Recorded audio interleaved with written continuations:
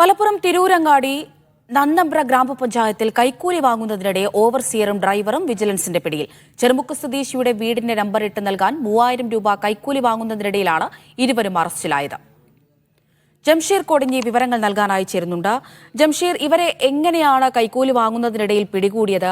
ആരൊക്കെയാണ് ഇപ്പോൾ ഈ ഒരു സംഭവവുമായി ബന്ധപ്പെട്ട് പിടിയിലുള്ളത്?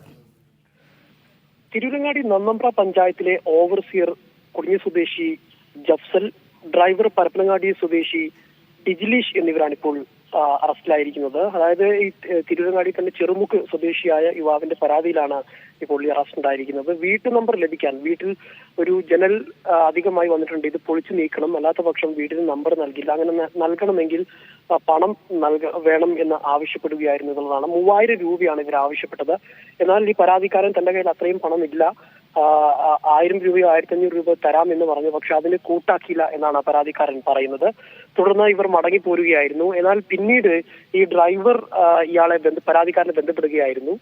വേണ്ട പോലെ കണ്ടാൽ കാര്യങ്ങൾ ശരിയാക്കി തരാം, അത് കുറച്ച് പണച്ചെലവുണ്ട് എന്ന് പറയുകയും പിന്നീട് അപ്പോൾ ഈ പരാതിക്കാരൻ 2000 രൂപ മതിയോ എന്ന് ചോദിച്ചപ്പോൾ പോരാ, 3000 രൂപ, 3500, 3000 രൂപ വേണമെന്ന് ഡ്രൈവർ ആവശ്യപ്പെടുകയുമായിരുന്നു.